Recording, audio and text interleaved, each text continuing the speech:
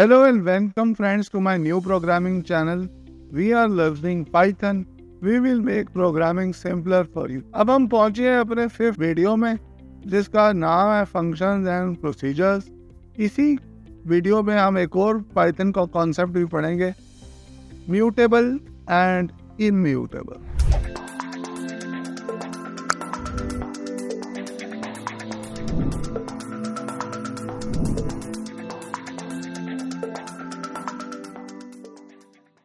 तो सबसे पहले फंक्शंस की बात करते हैं। फंक्शन क्या होता है? एक ब्लॉक ऑफ कोड होता है जो कुछ पर्टिकुलर टास्क एग्जीक्यूट करता है और मेन कोड को कुछ वैल्यू रिटर्न करता है। जैसे कि हमने यहाँ एक फंक्शन दिखाया हुआ है एफ ऑफ एक्स। फंक्शन का नाम है एफ।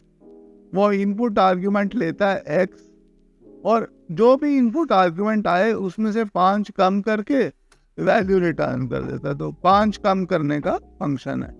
तो फंक्शंस का एडवांटेज क्या होता है कि कोड रीयूजेबल बन जाता है। बार बार एक ही कोड को लिखने के बजाय हम एक ही बार उस कोड को लिख के फिर बार बार उसको यूज कर सकते हैं। तो रीयूजेबिलिटी बढ़ जाती है, पॉइंट नंबर 1।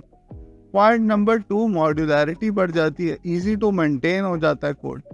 और लास्ट में वो ऑर्गेनाइजेशन में और पर्पसेस के लिए यूज किया जा सकता है। तो यहाँ पर हमने एक एरिया फंक्शन बनाया है जिसमें एक आर्ग्यूमेंट है, एक इनपुट पैरामीटर है, वो है रेडियस। पाई की वैल्यू हमने फिक्स कर दी 3.1415।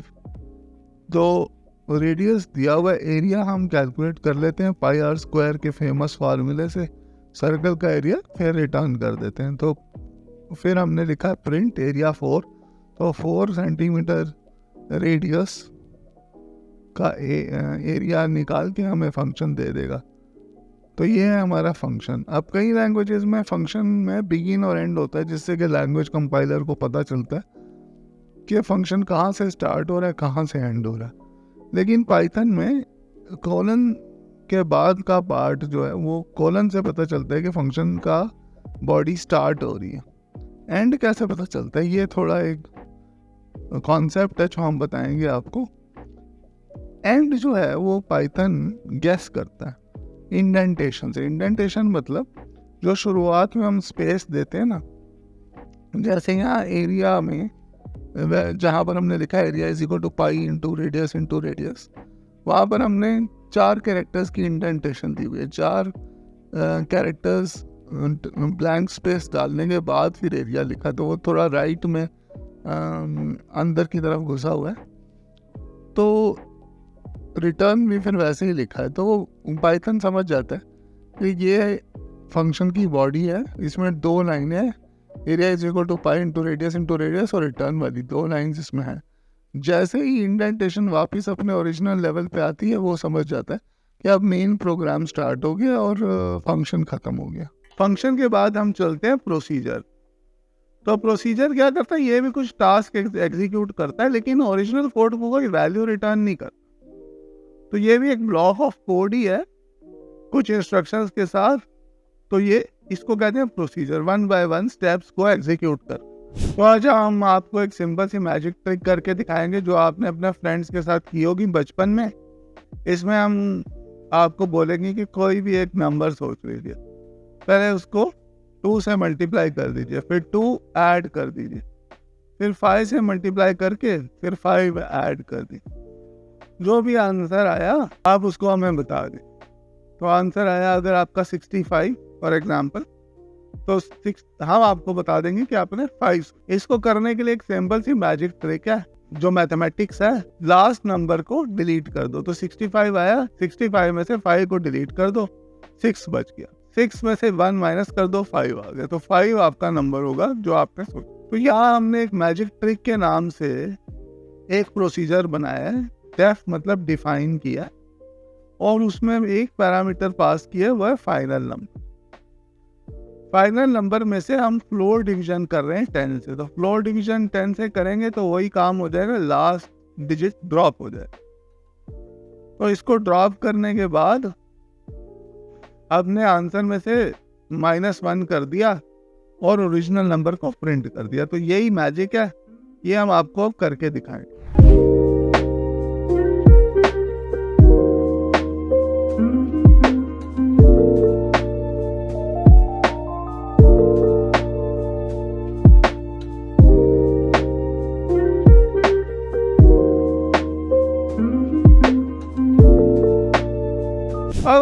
चलते हैं नेक्स्ट कॉन्सेप्ट पे, जो है लोकल वर्सेस ग्लोबल वेरिएबल्स। तो दो तरीके के वेरिएबल्स होते हैं पाइथन में भी और बहुत सारी अलग अलग लैंग्वेजेस में भी। लोकल वेरिएबल्स वो होते हैं जो प्रोसीजर या फंक्शन के अंदर डिफाइन और यूज, और ग्लोबल वेरिएबल वो होते हैं जो एक बार ही डिफाइन होते हैं और यूज हर जगह। तो इस लोकल और ग्लोबल के कॉन्सेप्ट को समझाने के लिए हमने एक सिंपल सा प्रोग्राम बनाया है, आपको दिखाएंगे। बैंकिंग का प्रोग्राम है। तो बैंक में आप कुछ बैलेंस रखते हैं, कुछ उसमें विड्रॉ कर सकते हैं, कुछ डिपॉजिट कर सकते हैं, और बैलेंस उसी हिसाब से मेंटेन हो। तो यहाँ हमने एक बैलेंस नाम का ग्लोबल वेरिएबल ले लिया, जिसमें हमने शुरू में 1000 की वैल्यू डाल दी है, यानी कि 1000 रुपीज आपके ओपनिंग बैलेंस। उसके बाद हम एक चेक बैलेंस के नाम से प्रोसीजर बना रहे हैं, जिसमें हमने करंट बैलेंस को प्रिंट किया है। सिंपली जो भी बैलेंस है उसको प्रिंट कर। अब हम अगले प्रोसीजर में चलते हैं। डिपॉजिट प्रोसीजर है ये। यहाँ पर हम अमाउंट जो है वो आर्ग्यूमेंट में ले रहे हैं, और हमने ये पाइथन को बताना है कि जो बैलेंस वेरिएबल हम इस प्रोसीजर में यूज करेंगे वो एक ग्लोबल वेरिएबल है। तो हमने लिख दिया ग्लोबल बैलेंस। टाइप बताने की जरूरत नहीं है, टाइप अपने आप डिसाइड हो जाती है भाई। अब अमाउंट अगर 0 से बड़ा है तो हमने सिंपली बैलेंस में अमाउंट को ऐड कर दिया। तो balance is equal balance plus amount. Print के बाद जो हम एफ लिखते हैं ना, एफ का मतलब होता है कि जो वेरिएबल्स हमने इस स्ट्रिंग में ब्रेसेस में लिखे हैं उनको उनकी एक्चुअल वैल्यू से रिप्लेस। तो अमाउंट छापने की बजाय, अमाउंट वर्ड को छापने की बजाय यहाँ पर पाइथन अमाउंट की वैल्यू रिप्लेस करके प्रिंट करेगा। अगर हम एफ नहीं लिखेंगे तो एज इट इज, जैसे स्ट्रिंग है, ब्रेसेस एंड वेरिएबल का नाम है, वो वैसे ही प्रिंट हो जाएगा। तो एफ लिखना बहुत जरूरी है। ऐसे ही जैसे डिपॉजिट था, ऐसे ही अब हमने विड्रॉ बनाया, और कॉन्सेप्ट सिंपल सा है। अगर अमाउंट पॉजिटिव है, यानी अमाउंट ग्रेटर देन 0 है, तो अमाउंट को बैलेंस से चेक करो कि क्या तुम्हारे पास उतना बैलेंस है जितना तुम विड्रॉ करना चाहते हो। अगर है तो बैलेंस में से अमाउंट को कम करो। अब लास्ट में ये मेन प्रोसीजर आता है जो सारे फंक्शंस को जोड़ के एक पर्टिकुलर यूजेबल प्रोग्राम में कन्वर्ट करता है। इसमें क्या होता है, शुरू में वो प्रिंट करता है welcome to the banking system, और आपको ऑप्शंस देता है कि अगर आपको चेक बैलेंस करना है तो 1 दबाइए, अगर डिपॉजिट करना है मनी तो 2 दबाइए, 3 दबाएंगे तो विड्रॉ हो जाएगा, और 4 दबाएंगे तो एग्जिट हो जाएगा। तो जो भी हमने ऑप्शन सिलेक्ट की है उसके बेसिस पे एप्रोप्रिएट प्रोसीजर कॉल हो जाता है, और एप्रोप्रिएट फंक्शन जो है वो एग्जीक्यूट। तो हम यहाँ चलते हैं अपने इस बैंकिंग वाले प्रोग्राम को चला के हमने दिखाया आपको। पहले सबसे हमने 1 चॉइस ली है, चेक बैलेंस। तो इनिशियल डिपॉजिट 1000 था, सिंपली उसने वो प्रिंट कर दिया। उसके बाद हम 2 नंबर की चॉइस चूज करते हैं, डिपॉजिट मनी। वो हमसे पूछता है भाई कितना डिपॉजिट करना है, तो हमने 1100 दे दिया, और इसने टोटल करके 2100 प्रिंट कर दिया। अब हम एक इम्पॉर्टेंट कॉन्सेप्ट को पढ़ेंगे जो है पास बाय वैल्यू और पास बाय रेफरेंस। तो 2 तरीके से पैरामीटर्स को पास किया जा सकता है, एक होता है पास बाय वैल्यू और एक होता है पास बाय रेफरेंस। तो इन दोनों में डिफरेंस क्या होता है ये हम आपको बताएंगे। हालांकि पाइथन में पास बाय रेफरेंस का कॉन्सेप्ट नहीं है, लेकिन एक और कॉन्सेप्ट है जिसको कहते हैं म्यूटेबल और इम्यूटेबल का। वो सिमिलर है पास बाय रेफरेंस के, पर एग्जैक्टली सेम नहीं है। तो पहले हम आपको कॉन्सेप्ट समझाएंगे, क्योंकि कल को आप किसी और लैंग्वेज में जैसे कि सी में, पास्कल में भी कोडिंग कर सकते हैं। तो हमने आपको प्रॉमिस किया था कि हम आपको प्रोग्रामिंग सिखा रहे हैं, तो आपको ये कॉन्सेप्ट पता होना चाहिए। इसलिए हम पहले ये कॉन्सेप्ट आपको समझाएंगे, और उसके बाद जो म्यूटेबल इम्यूटेबल का पाइथन में कॉन्सेप्ट है उसको क्लियर। इसके लिए हमने पास्कल का कोड आपको दिखाया है, क्योंकि पाइथन में तो ये कॉन्सेप्ट होता ही नहीं। अब हमने पहला आर्ग्यूमेंट जो लिया है वो नाम लिया है, दूसरा हमने स्क्वायर लिया है, और तीसरा क्यूब लिया है। तो नंबर का स्क्वायर और नंबर का क्यूब ये प्रोसीजर कैलकुलेट करता है। लेकिन जो स्क्वायर हमने लिखा है ना पैरामीटर, उसके पहले हमने var वैर लिख दिया। तो वैर का पास्कल में मतलब होता है कि ये पास बाय रेफरेंस। बाकी जो नंबर और क्यूब है वो पास बाय वैल्यू है, और ये जो स्क्वायर है ये पास बाय रेफरेंस। अब क्या होता है कि पास बाय वैल्यू में सिर्फ इनपुट ही होता है, यानी जो वैल्यू हम मेन प्रोग्राम से पैरामीटर फंक्शन को पैरामीटर के थ्रू पास करते हैं वो इनपुट तो जाती है पर आउटपुट नहीं आती। जैसे ही फंक्शन या प्रोसीजर एग्जिट करेगा वो ओरिजिनल वैल्यू फिर से रीसेट हो जाएगी। जो ओरिजिनल वैल्यू थी फंक्शन कॉल करने से पहले वही उस वेरिएबल की वैल्यू होती। लेकिन रेफरेंस में इनपुट भी होता है आउटपुट भी होता है। जो वैल्यू हम फंक्शन के अंदर सेट करेंगे उस वेरिएबल की वो बाहर जाने के बाद ही मेंटेन हो। तो यहाँ पर हमने एक इनपुट नंबर ले लिया है 3 और उसका क्यूब को 0 से इनिशियलाइज कर। अब हम इनपुट नंबर स्क्वायर और क्यूब को पास कर रहे हैं फंक्शन में। फंक्शन में क्या होता है, स्क्वायर भी कैलकुलेट होता है क्यूब भी कैलकुलेट, और बाहर आके हम इन स्क्वायर और क्यूब दोनों को प्रिंट करते। तो प्रिंट करके देखते हैं क्या होता है। तो यहाँ पर स्क्वायर तो प्रिंट हो गया लेकिन क्यूब गलत प्रिंट हो गया। क्यों गलत प्रिंट हो गया? क्योंकि क्यूब को हमने पास बाय वैल्यू लिया था तो उसकी पुरानी वैल्यू मेंटेन हो गई। हालांकि अगर हम प्रोसीजर के अंदर से ही प्रिंट करते तो सही प्रिंट होती, लेकिन क्योंकि हमने बाहर आके प्रिंट किया और वो पास बाय वैल्यू था तो वो गलत प्रिंट हो गया। इसको अगर हम पास बाय रेफरेंस बना देते तो बिल्कुल सही प्रिंट हो जाता। ये थोड़ा सा डिफिकल्ट कॉन्सेप्ट है तो अच्छे से इसको समझा देते हैं दोबारा से। पास बाय वैल्यू में इनपुट तो होती है पर चेंज की हुई वैल्यू वापस बाहर नहीं आती, लेकिन पास बाय रेफरेंस में इनपुट भी होती है और चेंज की हुई वैल्यू वापस बाहर भी आती है, आउटपुट भी होती है। अब हम चलते हैं एलजीबी रूल पे। तो एलजीबी रूल क्या कहता है कि एक पर्टिकुलर वे में पाइथन जो है वो नेम स्पेसेस को सर्च करता है। पहले वो सबसे लोकल वेरिएबल्स की नेम स्पेस में देखता है, फिर ग्लोबल वेरिएबल्स की नेम स्पेस में देखता है और फिर बिल्ट इन कमांड्स की नेम स्पेस में देखता है। तो अगर आपने 3 वेरिएबल्स एक ही नाम से बनाए, एक लोकल है, एक ग्लोबल है और बिल्ट इन है, तो प्रोसीजर के अंदर लोकल को प्रेसिडेंस मिलेगी यानी लोकल वेरिएबल यूज होगा। ग्लोबल में उसके बाद ग्लोबल वेरिएबल में कंसिडरेशन होगी और फाइनली बिल्ट इन वेरिएबल्स में कंसिडरेशन होगी। कोई बात नहीं, अगर आपको ये कॉन्सेप्ट अभी पूरी तरह से समझ में नहीं आया आगे क्लियर हो जाएगा। अब हम चलते हैं अपने अगले कॉन्सेप्ट में, म्यूटेबल और इम्यूटेबल में, जो पाइथन का एक मेजर कॉन्सेप्ट है। म्यूटेबल टाइप्स कौन सी होती है और इम्यूटेबल टाइप्स कौन सी होती है? जितने भी प्रिमिटिव टाइप्स हैं, स्ट्रिंग, इंटीजर, फ्लोट, सब की सब इम्यूटेबल हो और ट्यूपल्स भी इम्यूटेबल। और म्यूटेबल टाइप्स कौन सी होती हैं? लिस्ट होती है, डिक्शनरी होती है, सेट होता है, बाइटर होती है। मोस्टली बाकी सब कुछ प्रिमिटिव्स और ट्यूपल के अलावा बाकी सब कुछ म्यूटेबल। तो इस कॉन्सेप्ट को समझते हैं। अब हमने एक मॉडिफायर के नाम से एक प्रोसीजर बनाया है और इस प्रोसीजर का मेन जो पॉइंट जिस कारण से हमने बनाया वो है ये इम्यूटेबल इम्यूटेबल के कॉन्सेप्ट को बिल्कुल आपके दिमाग में क्रिस्टल क्लियर कर देना। तो हमने एक नंबर लिया, एक स्ट्रिंग लिया और लिस्ट 1 लिस्ट 2 ली। तो जैसे कि आप जान गए होंगे नंबर और स्ट्रिंग क्योंकि प्रिमिटिव्स हैं तो इसीलिए ये इम्यूटेबल होते हैं, और लिस्ट क्योंकि म्यूटेबल होती है तो अगर हम लिस्ट में कुछ अपेंड करेंगे तो वैल्यू वापस जाएगी।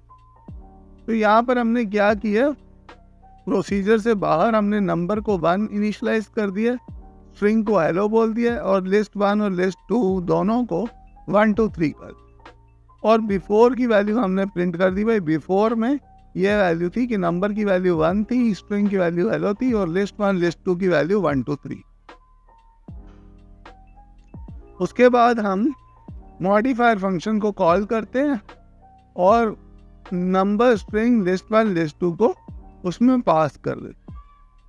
अब हम क्या कर रहे हैं, नंबर को हमने चेंज करके 5 कर दिया, स्ट्रिंग को हमने चेंज करके गुड बाय कर दिया, लिस्ट 1 को हमने पूरी तरह चेंज कर दिया 4 5 6। अब क्योंकि हम लिस्ट इज इक्वल टू 4 5 6 लिख रहे हैं तो एक्चुअली क्या होगा, एक नई लिस्ट क्रिएट होगी जिसकी वैल्यू 4 5 6 है।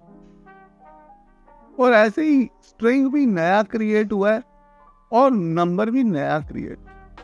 और लिस्ट 2 में हमने अपेंड किया है, अपेंड फंक्शन को यूज करके 10 अपेंड कर दिया और इनसाइड से हमने फिर से सारे वेरिएबल्स को प्रिंट कर दिया। अब क्या प्रिंट होगा, जो हमारी 5 गुड बाय 4 5 6 और 10 को अपेंड करके हमने किया था वही वैल्यूज प्रिंट हो।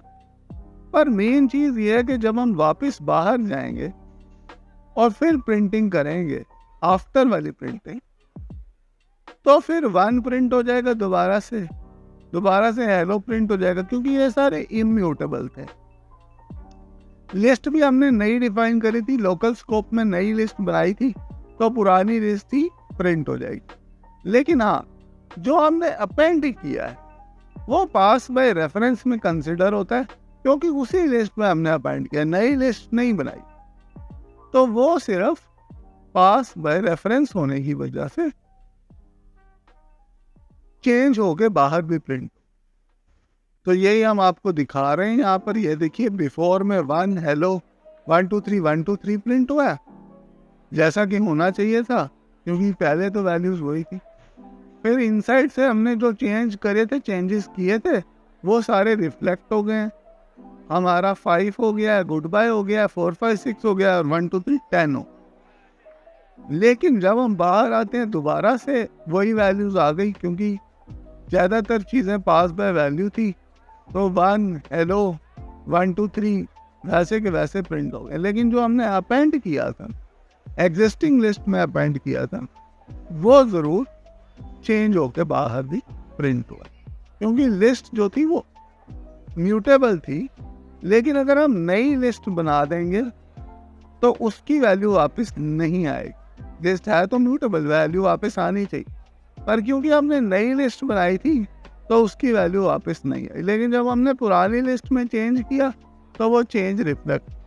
अब इससे रिलेटेड कुछ एरर भी आ सकते हैं आप, जैसे कि स्ट्रिंग है। अब स्ट्रिंग भी प्रिमिटिव होने की वजह से इम्यूटेबल है, तो स्ट्रिंग में अगर हम चेंज करेंगे, जैसे कि यहाँ मैसेज 0 को हम चेंज कर रहे हैं, तो एरर दे देगा भाई, स्ट्रिंग को चेंज नहीं कर सकते।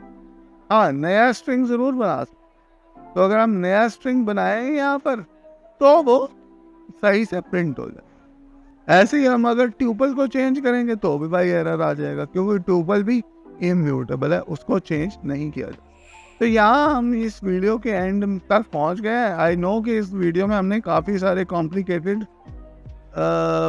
एस्पेक्ट्स आपको समझाए हैं। कुछ क्लियर नहीं हुआ तो कोई बात नहीं, आप क्वेश्चंस डाल दीजिए, मैं उन पॉइंट्स पे और वीडियोस बना के आपको और डिटेल में समझा दूंगा। अब हम अपनी नेक्स्ट वीडियो में चल रहे हैं सम मोर सिंपल प्रोग्राम्स, लेकिन इस पॉइंट पे आपकी हेल्प हमें चाहिए। अगर आपको ये वीडियो अच्छी लगी तो आप लाइक, सब्सक्राइब और कमेंट कर दीजिए। नोटिफिकेशन आइकन को, बेल आइकन को भी क्लिक कर दीजिए, ताकि अगले वीडियोस आपको मिलते रहे। See you in the next video.